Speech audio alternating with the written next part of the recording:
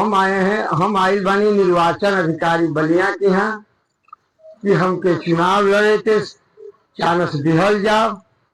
जिताऊ प्रत्याशी हैं, ये भी हाथ मिलाई, हमारे संगे हाथ सिर पर गेहूं की बोझ लाद करके पहुंच गया डीएम साहब के सामने और लगा दी फरियाद कि साहब मैं भी लड़ूंगा चुनाव, मेरा नामांकन कर दीजिए।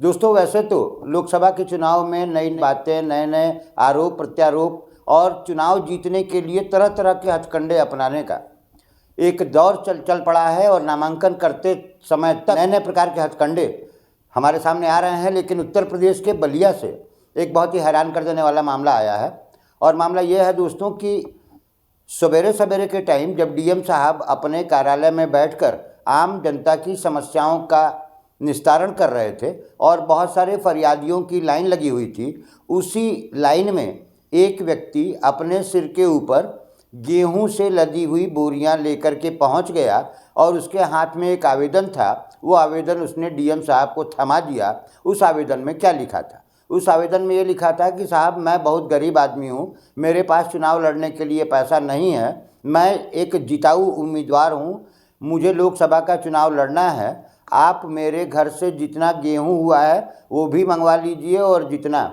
भूसा हुआ है वो भी मंगवा लीजिए, लेकिन मेरा नामांकन कर दीजिए।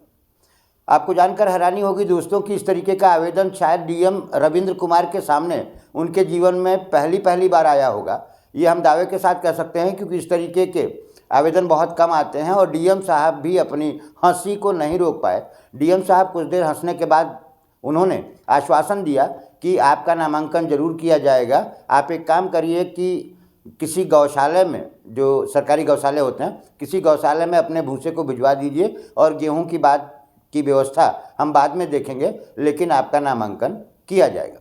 दोस्तों, हम आपको बताते चलें कि ये किसान जो है, जिसका नाम नवीन राय बताया जा रहा है और प्रेम से लोग उनको चुन्ना के नाम से भी जानते हैं, ये हनुमानगंज थाना क्षेत्र के पटखौली गांव के रहने वाले हैं। ये किसान इस तरीके की हरकतें पहले भी कर चुका है।